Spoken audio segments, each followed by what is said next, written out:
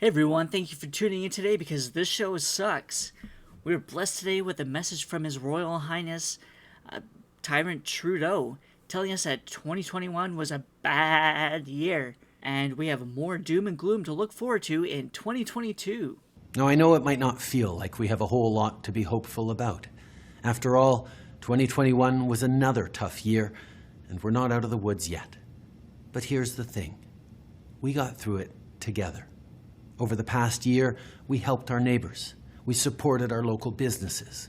We stayed home, skipped celebrations, and wore masks to keep each other safe. Our kids missed sleepovers and birthday parties, and we rolled up our sleeves to get vaccinated so we could defeat this virus. And as we come into a new year, let's keep showing up for one another. Let's encourage our friends and family to get their vaccine and booster shots. This guy's just totally obsessed with COVID and just shoehorns it in everywhere, turning things that are supposed to be cheerful and happy into a disaster and misleading. Did you hear that? The wording in here? Just listen to it. We rolled up our sleeves to get vaccinated so we can defeat the virus? What planet is this guy living on? Defeat this virus. Is he preparing to ramp up on his COVID zero plan again, even though it proved to be a complete failure and misleading? He wants us to keep telling our friends and our family to keep getting boosters. Oh man, he's so addicted to the vaccine at this point. I don't think there's an end to the pandemic in sight for him.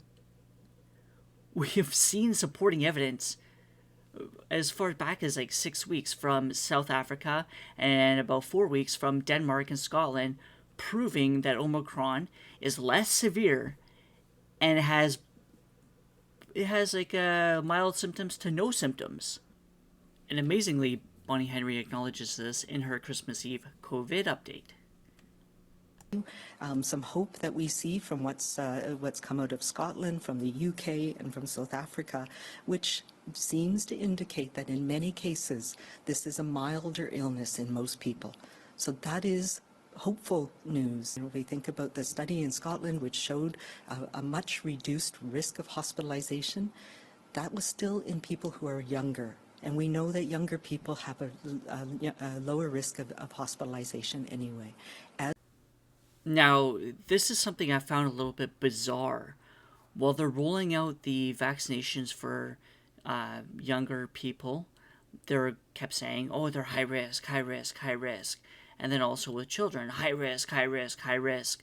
But now we're learning that, well, no, that's not the case.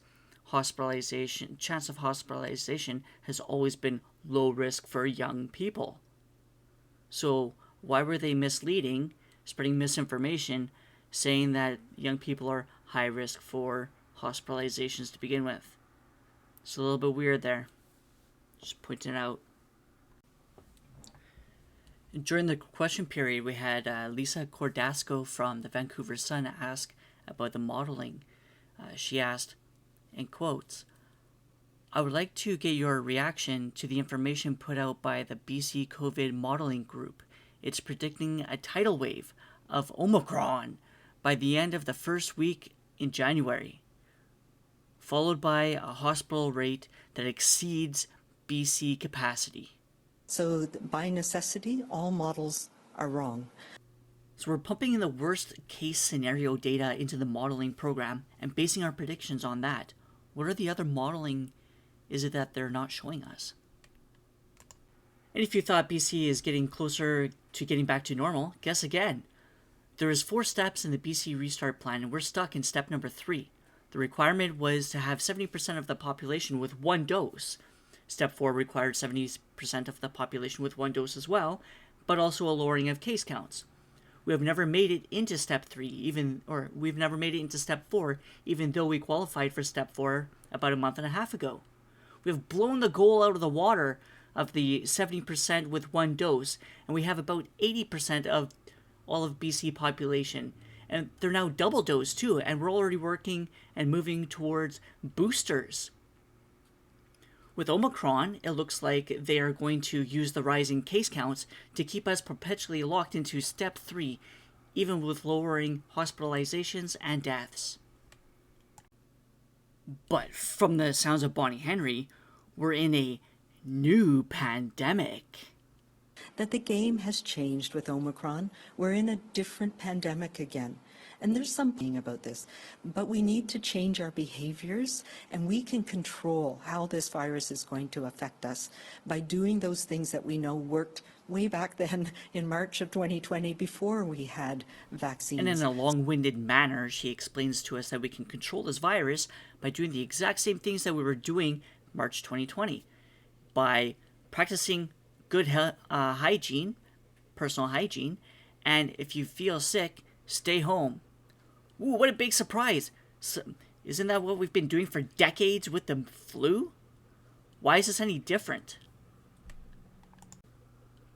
Now, another thing I found interesting about this COVID update was the mention of the contact tracing. But why, you might ask? Well, here's the deal. We've been getting told by the health officials and politicians across Canada to start scanning our friends and family's vaccine passports when we meet up with them and want to hang out. Bonnie Henry tells us their team of contact tracers is stretched to the max, and we need to start doing the contact tracing for them by telling our contacts they have been exposed if we find out that we were exposed or if we were in a setting with them that there was an exposure. With them trying to normalize the scanning of your friends and family's QR codes, this leads me to believe they will soon be enabling contact tracing via vaccine passport app, because these apps are installed on all the mobile phones anyway. This is a big deal because the feds have already monitored 33 million devices in Canada. As of 2020, the Canadian population was 38 million people. So at this scale, it is safe to assume that they have monitored all Canadians in the name of COVID health and safety. I would imagine with no oversight or decoupling of personal identifiers from the metadata. This is a major concern, and you need to worry about it. What comes to mind is how this fits with national security. The Trudeau government hasn't said no way to Huawei, and we need to worry about this because Huawei will be able to redirect our traffic on their 5G network back to the Chinese government for spying, like they're already currently doing with the Chinese citizens.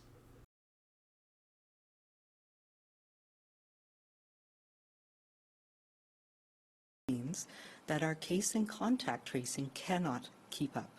We can keep up with people who have a test, and we cannot find contacts, and people know this, within 2 to 3 days. It often takes a little bit longer. So it's really important right now that all of us pay attention to this. This virus is spreading. It's spreading in all of us. This means we need your help to make sure that you are taking the actions you need to do and notifying people around you. And of course, we can't ignore the success of merging politics and being a successful author. And we'll get it through together by being kind, being calm, and being safe. And still marketing and advertising her book during the COVID updates. Isn't this some sort of conflict of interest? Advertising with public money?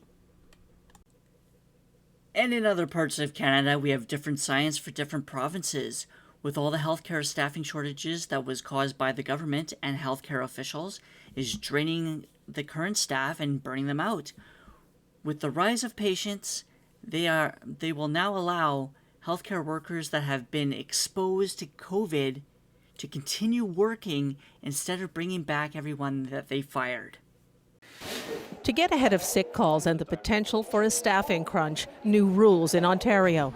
Healthcare workers who've been exposed to COVID will no longer have to stay off work as long as they follow a strict testing regimen.